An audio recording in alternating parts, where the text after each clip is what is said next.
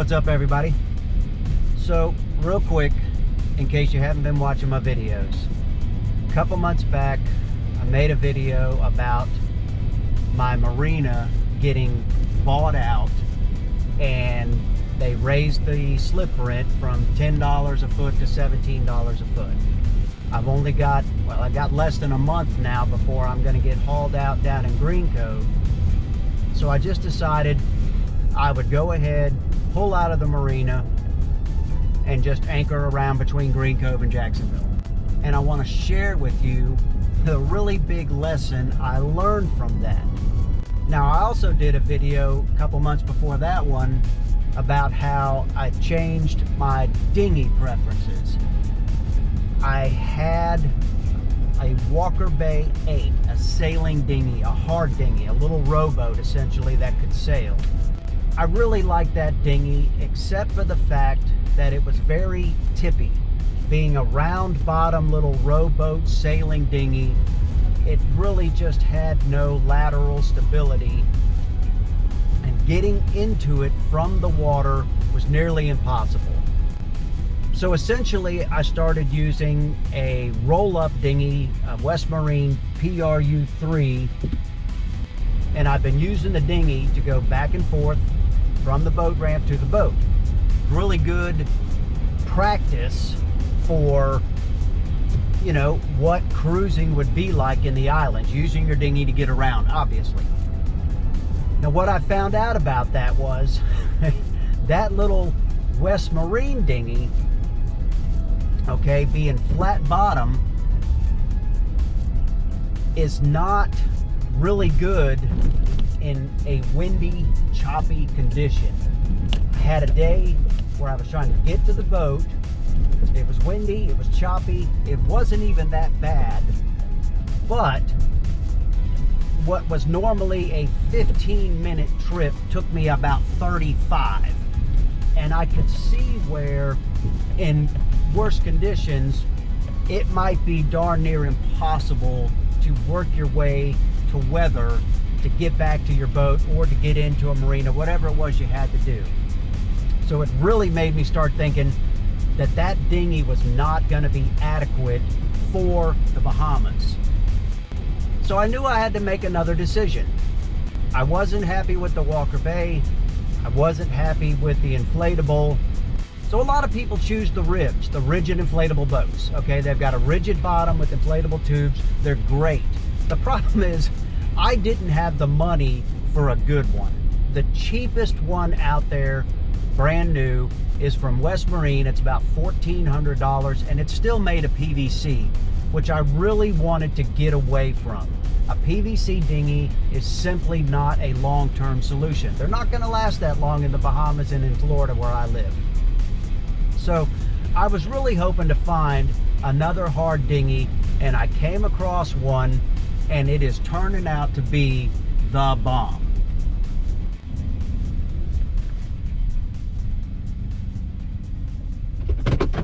Let me show you what I got. So what I have here is a water tender 9.4, okay?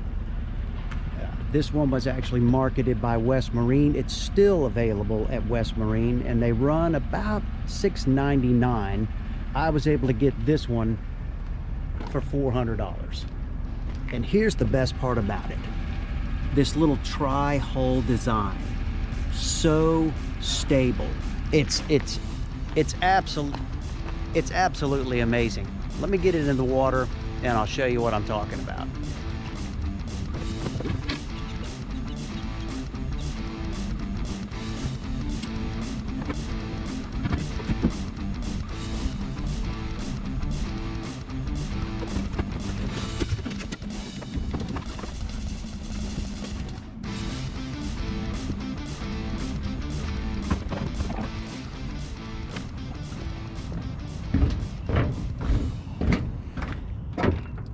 You get a really good look at the compartments here, aft and forward like this. Just the storage ability that you have on this thing is unbelievable.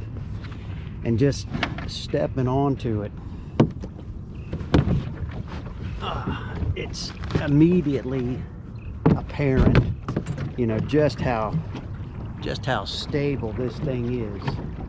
Oh look, somebody lost a tennis shoe. That's a shame. But anyways, I am amazed at this little boat's ability and the things it seems to be able to do.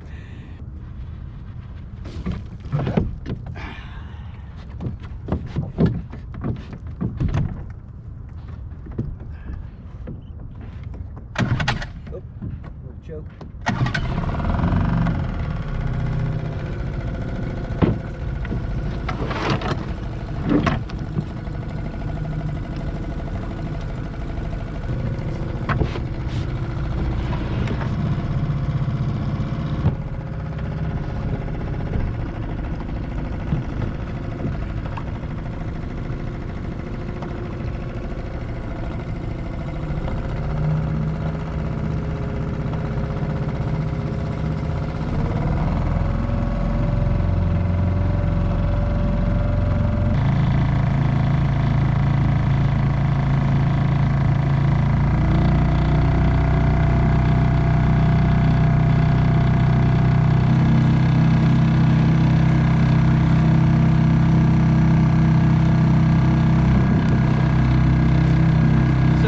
Typically how I've been driving it, even in choppy conditions. It's very, very stable. I mean, you know, way over here, way over here. And typically this is how I'm steering it.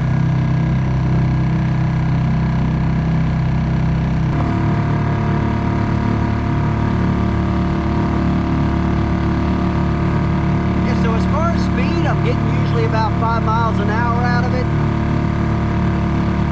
I think if I push it on this calm water, I might hit 7. I'd love to see what it would do with a 5 horsepower 2-stroke. I think I would just about get up on a plane.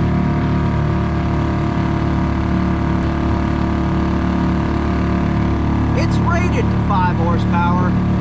The new models are only rated to 3. So I don't think anything's really changed unless they quit putting the wood in the transom or something.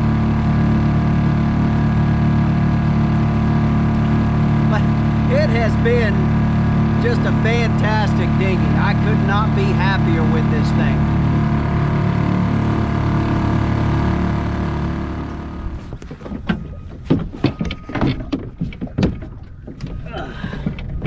Okay, so as you can see, the dinghy is just super stable.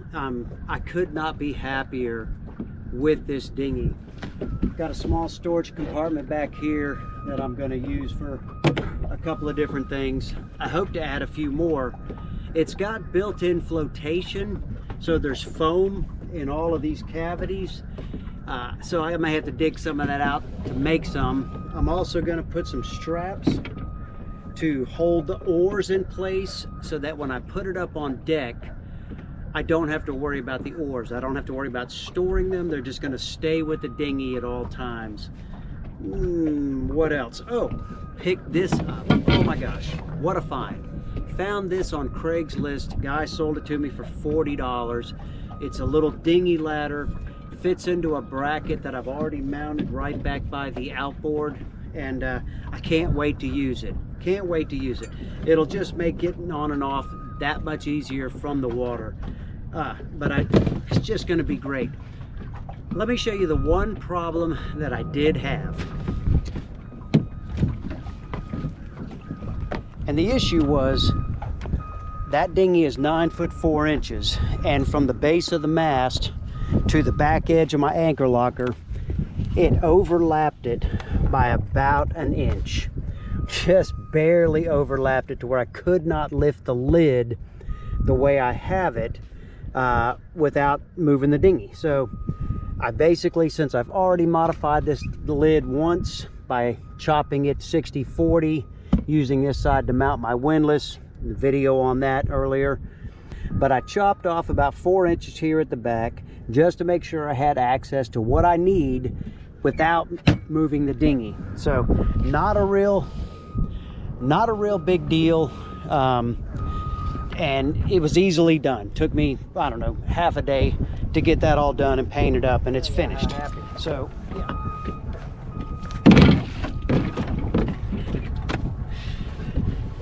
I mean, I can't tell you how happy I am with this doggone dinghy. It just really is like a little boat. It's so cool. Most of all, I am really glad that I learned this lesson, that I decided to go ahead and leave the marina, and I got taught this, man. I got schooled, baby. And I'm really happy about that, because it pointed out just a real problem. Just like the 10-day test that I did, you gotta go do some of this stuff, or else you're really not gonna know some of the things you may want to change before you go. But yeah, super happy with this, man. Super happy, and so glad I learned that lesson. Old man, over and out.